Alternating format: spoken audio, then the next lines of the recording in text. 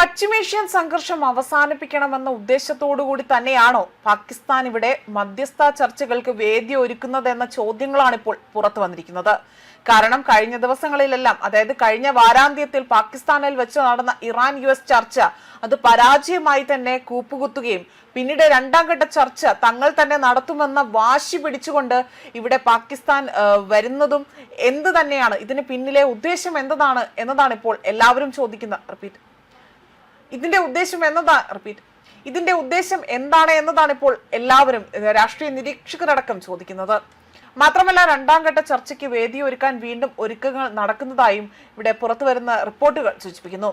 എന്നാൽ ഇതും എത്ര കണ്ട് വിജയത്തിലേക്ക് എത്തുമെന്നതിലും പ്രതീക്ഷയില്ല എന്നതാണ് നിരീക്ഷകരടക്കം പങ്കുവയ്ക്കുന്ന വിലയിരുത്തൽ. എന്തു തന്നെ ആയാലും US-ന്റെ സന്ദേശം അത് ധരിപ്പിക്കാൻ രണ്ടാം ഘട്ട സമാധാന ചർച്ചയ്ക്ക് കളം ഒരുക്കുന്നതായി തന്നെ പാക് സൈനിക മേധാവി അസീം മുനീർ അടങ്ങുന്ന പ്രതിനിധി സംഘം ഇറാനിൽ എത്തിയതായിട്ടുള്ള റിപ്പോർട്ടുകളാണ് പുറത്തു വന്നിരിക്കുന്നത്. മാത്രമല്ല, ഇവിടെ മധ്യസ്ഥരായി നിൽക്കുന്ന പാകിസ്ഥാൻ തന്നെ ഇരു കൂട്ടരെയും ആശയക്കുഴപ്പത്തിലാക്കാനോ അല്ലെങ്കിൽ ഈ ഒരു യുദ്ധം നീണ്ടുപോകാൻ തരത്തിലുള്ള ഏതെങ്കിലും നടപടികൾ സ്വീകരിക്കുന്നുണ്ടോ എന്നതാണ് ഇപ്പോൾ പുറത്തു വരുന്ന മറ്റൊരു ചോദ്യമായി തന്നെ ഉയർത്തുന്നത്. മാത്രമല്ല, ഈ ഒരു സംഘത്തിൽ അതിലുണ്ടാകുന്ന വലിയ രീതിയിലുള്ള മാറ്റങ്ങളടക്കം ഇവിടെ എടുത്തു പറയുകയാണ് ചെയ്തിരിക്കുന്നത്. അതേസമയം ഇറാൻ US രണ്ടാം ഘട്ട സമാധാന ചർച്ച വ്യാഴാഴ്ച നടക്കുമെന്നായിരുന്നു നേരത്തെ പുറത്തു വന്ന വാർത്തകൾ. എന്നാൽ ഇക്കാര്യത്തിൽ വ്യക്തത വരുത്താൻ കൂടിയാണ് അസീം മുനീർ ഇറാനിലേക്ക് എത്തിയിരിക്കുന്നത് എന്നതാണ് ഇപ്പോൾ റിപ്പോർട്ടുകൾ സൂചിപ്പിക്കുന്നത്. ആദ്യഘട്ട ചർച്ചകൾ പരാജയപ്പെടുകയായിരുന്നു. തുടർന്ന് രണ്ടാം ഘട്ട ചർച്ചകൾക്കായുള്ള ഉചിതമായ സമയം നിശ്ചയിക്കേണ്ടതുണ്ട് എന്നും കൂടാതെ തന്നെ വെടിനിർത്തലുമായി ബന്ധപ്പെട്ട വിഷയങ്ങൾ ചർച്ച ചെയ്യേണ്ടതായും അത് അത്യാവശ്യമാണ് എന്നും ഈ റിപ്പോർട്ടിൽ പറയുന്നു.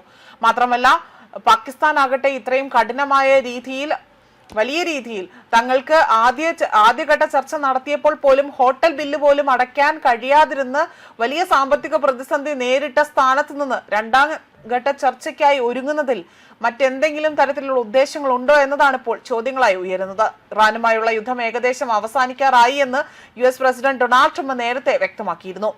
മാത്രമല്ല, ഇറാനുമായുള്ള യുദ്ധത്തിൽ US ലക്ഷ്യങ്ങൾ കൈവരിച്ചതായും ട്രംപ് നേരത്തെ അവകാശപ്പെടുകയാണ് ചെയ്തത്. അതേസമയം ഇറാന് മേൽ കൂടുതൽ സമ്മർദ്ദം ചെലുത്തിക്കൊണ്ട് തന്നെ ആനന്ദം കണ്ടെത്തിക്കൊണ്ട് US പ്രസിഡന്റ് ഡൊണാൾഡ് ട്രംപ് വലിയ രീതിയിൽ ഇത്തരത്തിൽ ഹോർമുസ് കടലിലൂടെ ഒരൊറ്റ കപ്പൽ പോലും കടത്തിവിടില്ല എന്ന വാശിയാണ് ഇവിടെ പ്രകടിപ്പിച്ചിരിക്കുന്നത്.